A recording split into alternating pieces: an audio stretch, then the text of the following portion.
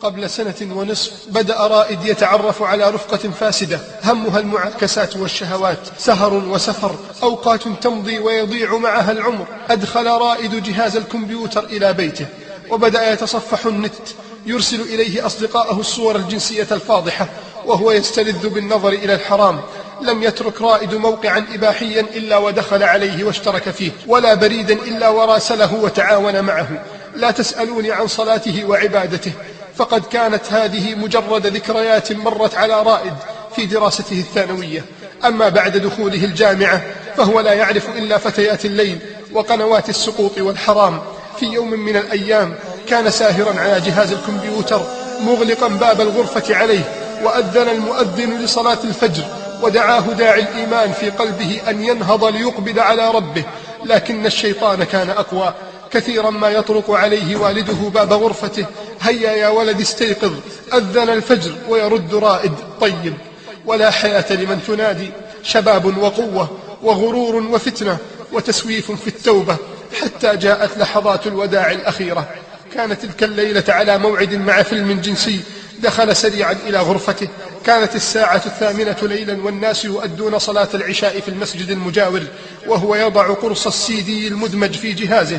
أغلق الباب بالمفتاح وبدأ يشاهد الفيلم.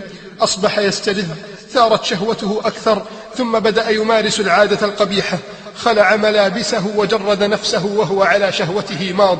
وفجأة صرخة مدوية أفزعت الأم وأخافتها. جاءت الأم من غرفة الجلوس مسرعة، وإذا ولدها في غرفته يصرخ ويبكي: الحقيني يا أمي سأموت. والأم تصرخ: طيب افتح يا ابني، افتح يا ولدي. لا أستطيع يا أمي، لا أستطيع. كان قلب رائد ينتفض بين ضلوع صدره. كانت اللحظات عصيبة، ضيق في التنفس واصفرار في الوجه وبرودة في الأطراف، ويزيد الصراخ وتشتعل الحرارة في صدره. والله لقد حدثني ذلك الشاب الذي روى لي القصة، كان جارا لذلك الفتى رائد، يقول: كنت نازلا على درج السلم وإذا بي أجد جارتنا أم رائد تستغيث. دخلت البيت سريعا، حاولت أن أفتح الباب، لم أستطع. بدأت أنادي: يا رائد يا رائد، لم يجبني أحد. قلت لوالدته: هل تأذنين أن أكسر الباب؟ قالت: نعم. دفعت الباب بقدمي بكل قوتي، فانفتح الباب ليصطدم الباب برأس رائد الملقى على الأرض. كان عاريا، وكان الفيلم على جهاز الكمبيوتر لا يزال يعمل. صرخت الأم وولولت. غطيته بملاءة وقطعة قماش كبيرة، وحاولت أن أتحسس نبضه ودقات قلبه، لكنها كانت اللحظة الأخيرة.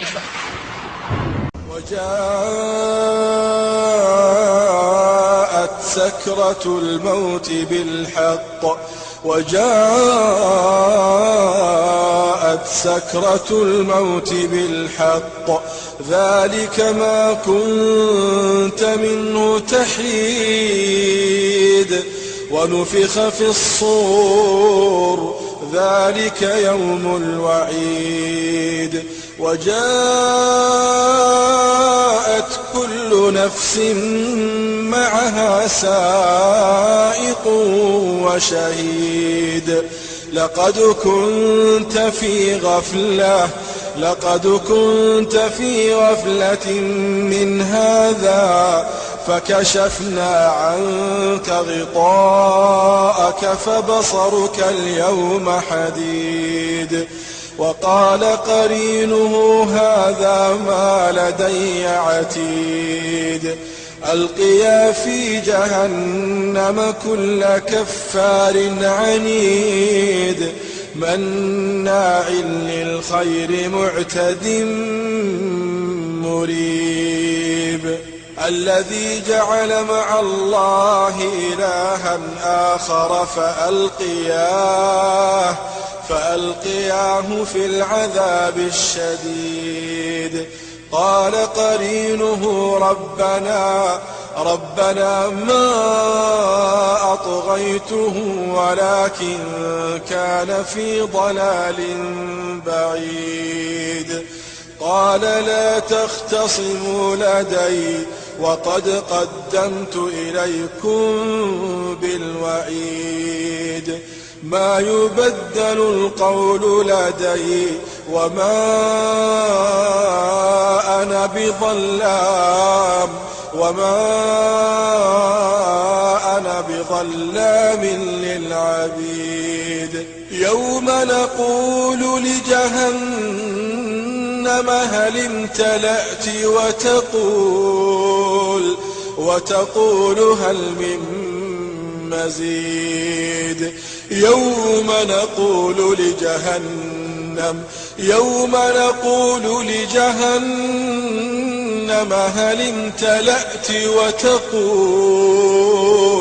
وتقول هل من مزيد وأزلفت الجنة للمتقين غير بعيد هذا ما توعدون لكل أواب حفيظ من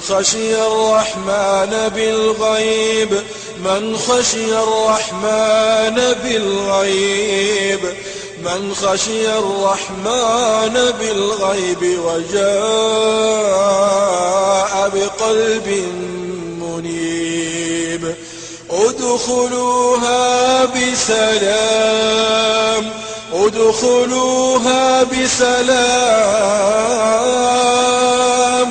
ذلك يوم الخلود لهم ما